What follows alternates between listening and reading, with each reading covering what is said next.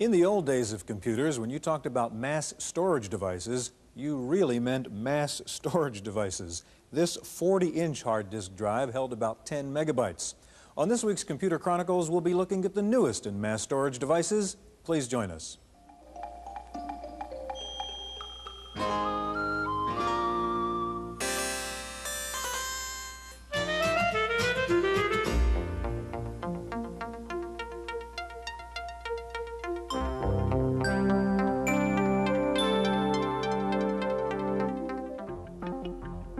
The Computer Chronicles is made possible in part by a grant from AFIPS, the American Federation of Information Processing Societies. AFIPS, sponsors of OAC 86, the nation's leading conference on business technology. For conference information, call 800-OAC-1986. Exploring today's business solutions. Additional funding is provided by McGraw-Hill, publishers of Byte. Byte's detailed technical articles on new hardware, software, and languages cover the latest in microcomputer technology worldwide. Byte, the international standard.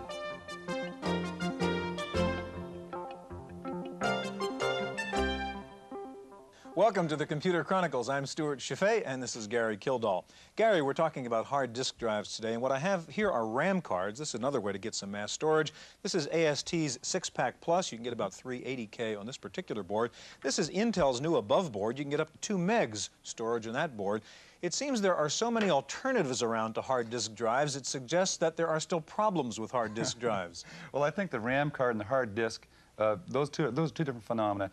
And the RAM card is really an attempt to expand out that limited amount of memory we have in a 16-bit machine. And I think they'll tend to go away as we go to 32-bit machines where the address space is really unconstrained.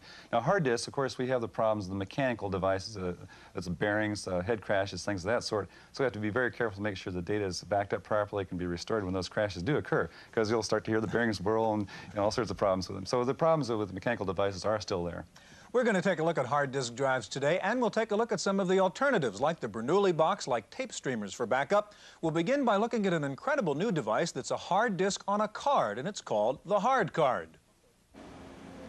Once limited to mainframe monsters, the hard disk has become a desirable addition for PC owners. Early disk platters shrank to 12, 5 1/4, and now 3 1/2 inches in diameter, small enough to fit completely on a single PC board. It's the first hard disk drive subsystem that's been designed to be installed and used by the end user. By that I mean, up until now, disk drives have been manufactured for the systems manufacturers, who then go through a technical installation to put that subsystem into their system. With hard card, anyone who uses the PC can install it in about 10 minutes, so it's very easy to install. Other major benefit is it's extremely reliable product. Because we have designed both the electronics and the mechanical portion of the hard disk together, we were able to greatly reduce the parts count. As a result, we've been able to reduce the size of hard card to a single IBM expansion slot. Sluggish sales of personal computers have led to business failures and pessimistic predictions. But vendors of add-on peripherals, like the hard card, see the slowdown as an opportunity. Corporations in 1985 in particular are not buying PCs in the quantities in which they used to. And the reason is that they've bought millions of them in the last 3 years, and they've greatly broadened the use of those PCs among their employees. And today they're focusing on how do they improve the productivity of that investment that they've already made. And so in that respect, hard card is a natural. Paradoxically, as computer parts become smaller, users have come to expect concurrently better performance and cheaper prices. But the trend toward smaller formats doesn't always exclude multiple standards. I think there'll be multiple standards, as has been the history with Winchester disk drives. There are still many Winchester disk drives that have 14-inch media, have 8-inch media, and they constantly increase the performance and capacity of those disk drives. 5 1/4 inch in recent years has become 100 megabyte, 200 megabyte drives that have been announced, and some of them being shipped. 3 1/2 inch is the most recent form factor, the size of the disk. And I think capacities will over time increase on the 3 1/2 inch disk as well. Maybe the next question is, will there be a sub 3-inch disc? And I don't know the answer to that. If there are real benefits, then I can guarantee there will be some.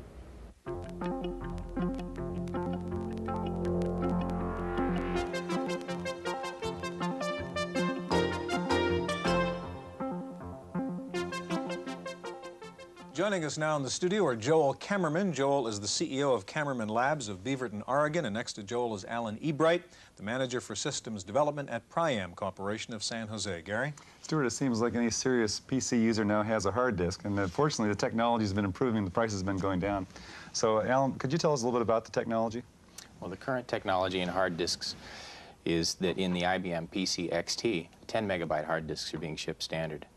In the IBM AT, the higher performance computer, 20 megabytes are standard, disks are standard, and 30 megabyte disks are available. Also, there are add-in disks, other disks that can be placed actually within the CPU of the IBM PC XT or AT. Okay, now this particular disk, I guess, is a Cadillac of the line, sort of. This is the higher end, higher performance, higher capacity disk. This is a 60 megabyte unit, formatted user data. We've taken the cover off of this unit, which has ruined the unit. These units are generally assembled in clean room facilities, and once you've taken the cover off, dust and dirt will get into the unit. A warning to our it. viewers not to do what you're about to do. We've Just done this so they won't have to. Okay. A disk is an electromechanical device that's composed of the actual disk platters themselves. There's 4 in this unit. These are the platters. They're mounted on a hub which is turned by a motor. Head assembly. This is the actual read-write head, which is moved on an arm across the surface of the disk to access the information on the disk. This arm is moved by a small motor, in this case, a rotary voice coil motor, which is here. In addition, there's a filter on this unit, this black element over here, which, as the disk is turning, it pumps air through the HDA, the head disk assembly, and filters the air to make sure that the thing maintains a clean environment. Now, we hear about this idea of the air flowing through there and the head floating over the surface of the surface by the air that's pumped through there. How does that actually operate? Well, it's a very critical part of the Winchester disk operation. What actually happens is that as the disks are turned, they pull air along with them in the cavity, and this air is forced in between the head and the disk surface, and it builds an air bearing such that the head to disk distance is very carefully, very closely Okay, and that's what's known as the head crash, I guess, is when that control isn't there. When that control isn't there. Okay. Alan, that's what everybody is concerned about with hard disks. We're told they're very delicate, fragile things, and you mustn't bang them and so on. How delicate is it? Well, hard disks are delicate instruments from the standpoint that it's a precision electromechanical instrument, and they should be treated with care, but you would also treat your computer with care. I mean, you wouldn't drop your CRT, or you wouldn't care to drop your system unit. This disk and many other disks have shock mounts on it, which help to minimize the problem of shock to the unit. The unit's mounted here, and the shock mounts will absorb some of the impact of a just a jar of some sort. Jar of some sort. This is an internally mounted unit. Joel, you have I guess an add-on box now. Can you tell us a little bit about that? Yes, this is a Masterflight 6060. Contained within it is our 230 megabyte hard disk subsystems, a 60 megabyte tape backup system. We also have built-in power direction to control access to all your peripherals, a lock and key to control access to your hard disks. We have a surge protector and a built-in filter to control unwanted spikes or noise to your peripherals. You just cable this back in the back end of your PC and you're ready to go. Everything plugs conveniently into the Now, this tape cartridge backup, this is again an issue that people talk about. I would back up my files, especially when they're 20, 30 megabytes. And how long does it take you to back up this particular system? To back up 10 megabytes on our system takes about 2.5 minutes in a file-by-file mode. So if and this is a 60 megabyte system, so you'd multiply by 6 to have to do all that, which is about 15 minutes or so. Now, what is it, and in terms of the, from a consumer standpoint, an internally mounted drive versus an externally mounted subsystem, what is the price difference, just to give a comparison? Internal subsystems range from about $399 all the way up to about $6,000 for the external subsystems. Okay. Alan, what kind of user needs that amount of capacity? I mean, you're talking about 60 megabytes or 60 megabytes here. You said the AT comes with a 20 megabyte drive. When should the consumer start thinking about needing this amount of storage? Well, the most common application for high-end, high-performance disk drives is in high-end computers.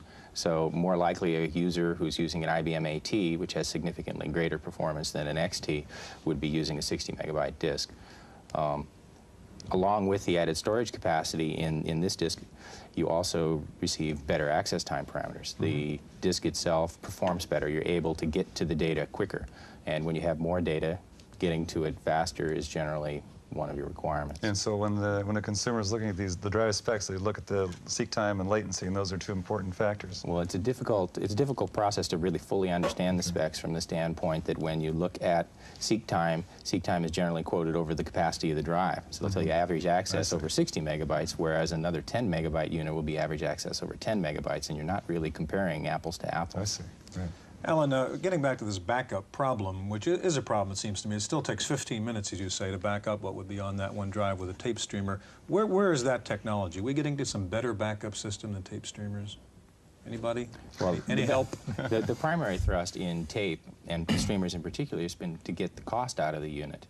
And so that's been the thrust, has been able to build a less expensive, reliable mechanical system that will allow you to do large capacity backup. I guess that I feel that 60 megabytes backed up at in 12 minutes or 15 minutes is really pretty good performance. If you compare that to trying to back up with a standard floppy, you'll find that it's very good performance. Okay, gentlemen, thank you very much. We've been talking about the IBM world. If you own a Macintosh, you've had a problem trying to get a hard drive hooked up to it, but then along came hyperdrive. Wendy Woods has a report.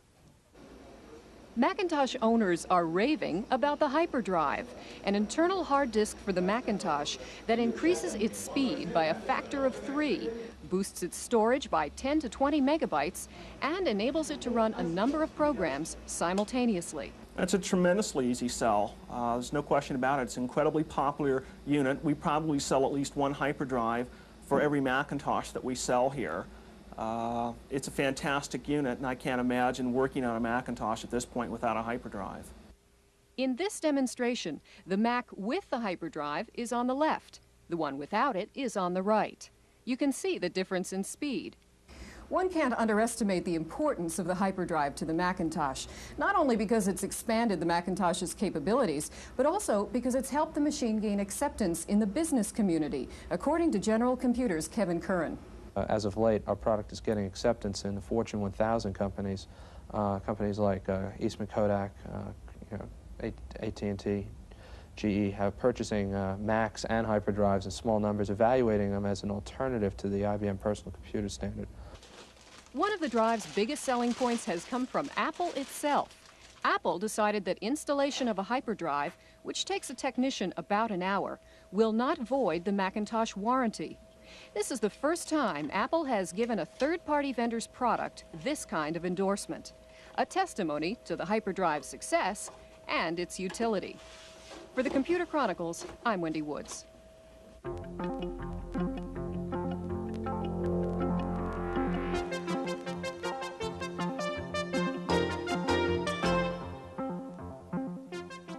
We'll talk more about hard disk drives here in the studio in just a minute. First of all, there's another alternative to the hard disk, a rather incredible invention called the Bernoulli box. We took a look at the Bernoulli box at the recent Comdeck show in Las Vegas.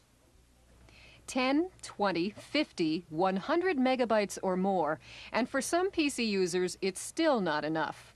One hard disk manufacturer, iOmega, thinks it's found a solution to this data hunger by putting disks in removable cartridges and applying a technique called the Bernoulli principle.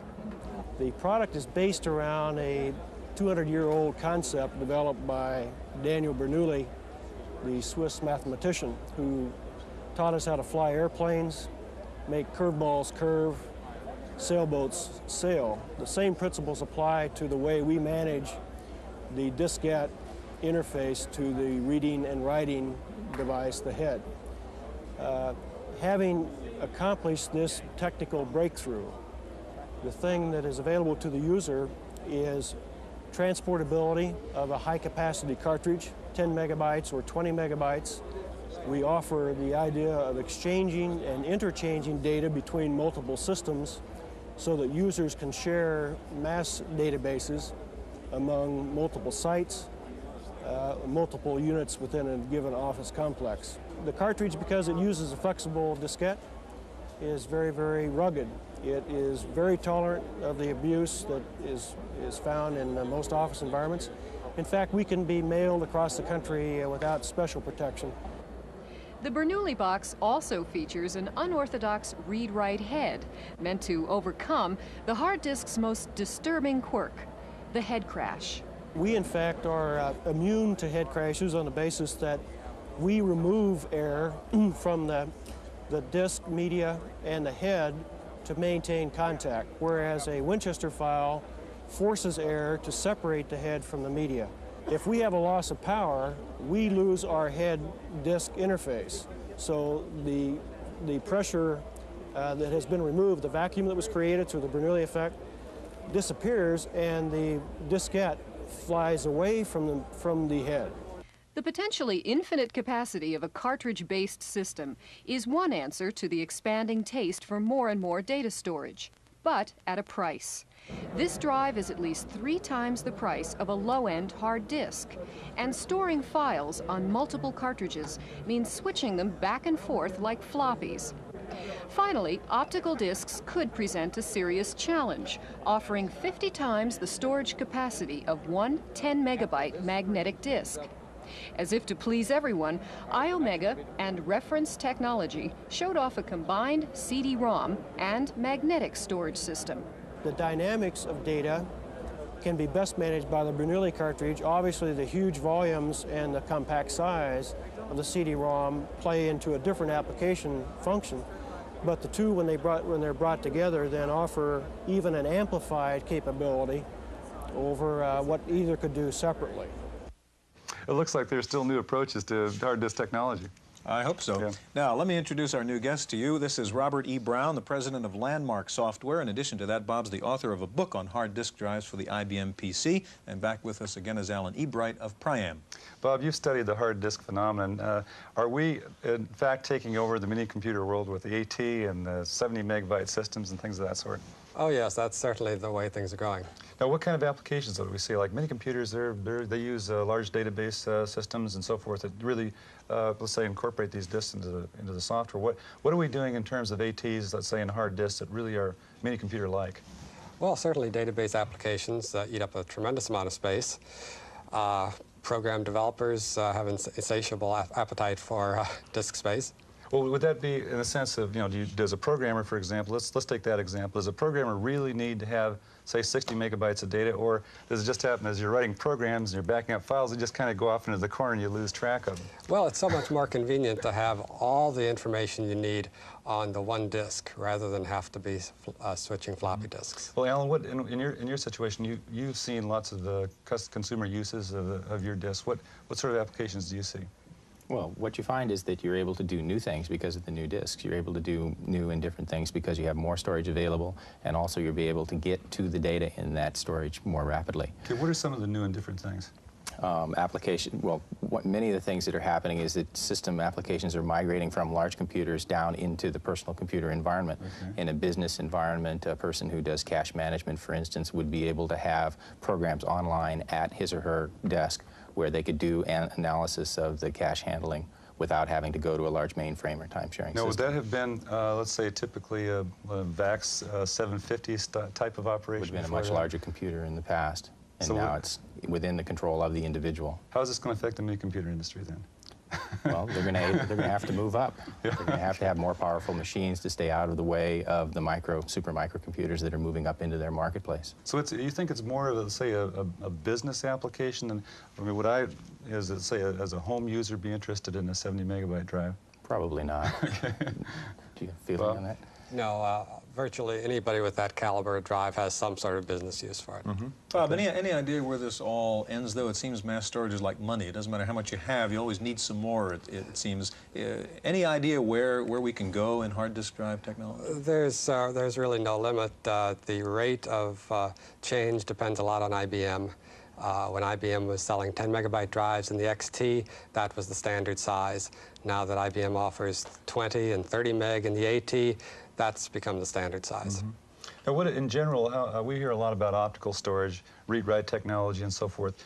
How does that affect the whole hard disk phenomenon in terms of magnetic storage versus optical and so forth? Well, the optical is going to be a wonderful backup medium for one application, but it's still a couple years away from the standpoint of having a price that a typical business user would be willing to pay. Okay.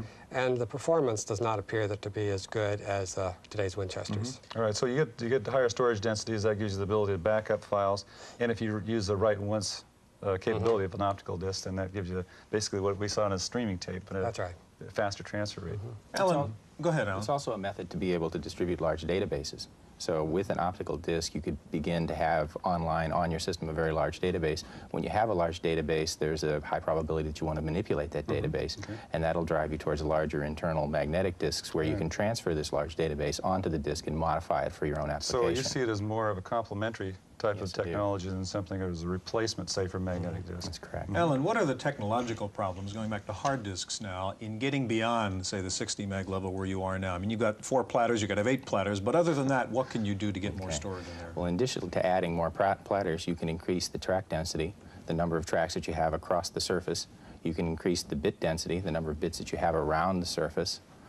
And you can also modify the encoding method, the efficiency with which you place the data on the disk. Now, as a consumer, we, I guess in the past, have been worried about the reliability of disk drives. Now you're talking about packing it in tighter and putting more information in the same space. Is this going to affect the reliabilities? Do we have to worry again about head crashes and losing data and so forth? Well, I believe that it helps the reliability from the standpoint of higher performance, higher capacity disk drives allow us to put more drive technology into the unit. Better quality read channel, better quality media. Natural course of events of getting higher capacity forces a better design and a better quality product. If I buy a drive like this and I put in my AT, can I just sit there and run it? And if I do it that way, how many hours can I expect it to last, day in and day out? 15,000 hours is the quoted spec, and that's a very reasonable number. Greater than that can be expected. Bob, we have about a half a minute left. What about the prices on hard disk drives? Are they going to fall the same way floppy disk drives have fallen? Well, they've already fallen a tremendous amount. After all, it was only about a year ago that a 10 megabyte drive was selling for $1,000, and now 10 megabyte systems are as low as, say, $395. Okay, gentlemen, we're out of time. Thank you very much. Well, it seems like mass storage devices are like freeways. The more you build them, the more the traffic builds up to take advantage of them. Where will it all end? We asked our commentator, George Morrow, for his thoughts. Like freeways, money is another resource which is consumed as fast as it's created. Now, the computer industry has come to expect that memory density will quadruple every 2 years, a whopping amount when compared with money or freeways. For the semiconductor people, this means smaller geometries and larger defect-free crystals. But for the Winchester disk designers, it means getting 4 times the performance out of the treacherous world of magnetic flux. It means ever finer track densities and having to access those tracks with tricky electromechanical devices, stepper motors, springs, gears, and all the maddening problems with tolerances and mechanical resonances and the like. As if this were not enough, these designers know they have to make all this work while some reporter from InfoWorld or PC Week drops the drive a foot or so onto a desk in order to prove to his readers he's still on the trail of those problems with drives on the IBM AT. Not an easy life. I think it's time to say a prayer that these designers can keep doing the fantastic job we've come to take for granted. That's how I see it. I'm George Morrow.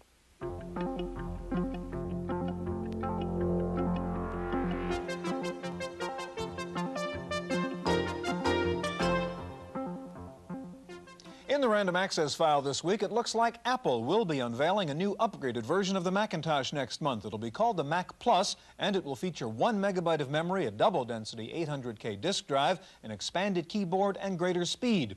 It will also feature a new SCSI interface to make it easier to connect third-party peripherals. IBM is reportedly planning to cut the price of the PC AT. The reasons for the cut: a heavy AT inventory, softening of demand, and possibly the prelude to a new product. The AT price reportedly will be cut by about 20%. AT&T has announced that it has begun to manufacture new thin-screen plasma displays for portable computers. The AT&T display is about 1 inch thick, weighs 4 pounds. AT&T says it can be viewed under all lighting conditions and within a 150-degree viewing range. Digital Equipment Corporation has announced its newest, fastest, and most expensive 32-bit Super Mini, the VAX 8650. DEC says it runs at some 6 million instructions per second and sells for about $500,000. Business appears to be picking up for Hewlett-Packard. HP plants in California and Oregon will be going back to full-time work after months of shortened work schedules and forced vacations. However, HP workers will be facing a 5% wage cut in return for the resumption of a full work week. Time for this week's software pick, and here's our reviewer, Paul Schindler. This really takes me back to my youth. Not real ping pong, of course, but a few years before that when I played my first video game, Pong. It was everyone's first video game, just like Life and Adventure were everyone's first computer games, and Eliza was most people's first exposure to a primitive form of artificial intelligence. In the computer game field, barely a decade old, the term golden oldie might seem a contradiction, but these four are golden oldies, and now they come in a single package. Golden Oldies is the first K-Tel floppy of a great old computer games. Remember Adventure with its keys and grates and directions? How about Eliza, whose answers can often be as frustrating as those of any Freudian analyst, picking a word or two from your answer and turning it back around on you? Then there's Life, the biology-based game in which the odds favor death, as they do in real life. The generations move quickly here. Finally, there's Pong, in both the original version and a new color version. I think $35 is a reasonable price to pay for this walk down memory lane, which is not copy protected. It comes from software country in Beverly Hills, California.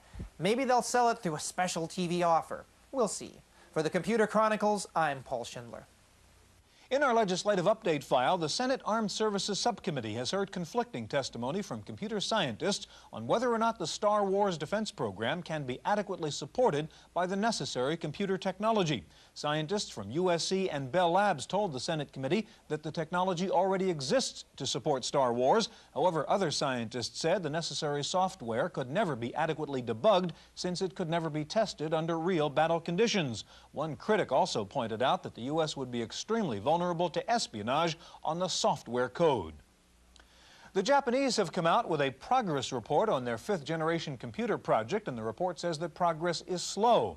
The Japanese research team now says the fifth-generation project research may not bear fruit until the late 1990s. The 5G project has been hit by budget cuts and some reluctance of Japanese companies to put their best scientists on the project. However, the Japanese say they have settled on a software format called the Guarded Horn Clause. No clues as to what that means. Meanwhile, computer scientists in Britain say they are making progress on their own fifth-generation project using what they call a functional logic language and transputers. The Brits say they'll have the machine up and running by 1988. Finally, the world's first ballet for humans and robot took place last week in Palo Alto, California. The original ballet, entitled Invisible Cities, featured 9 dancers and a robot developed at Stanford. The choreographer said the robot performed perfectly. The review said the robot's performance was expressive, displaying a sensual lyricism. That's it for this week's Chronicles. We'll see you next time. The Computer Chronicles is made possible in part by a grant from AFIPS, the American Federation of Information Processing Societies. AFIPS, sponsors of OAC 86, the nation's leading conference on business technology. For conference information, call 800-OAC-1986. Exploring today's business solutions. Additional funding is provided by McGraw-Hill, publishers of Byte. Byte's detailed technical articles on new hardware, software, and languages cover the latest in microcomputer technology worldwide. Byte, the international standard.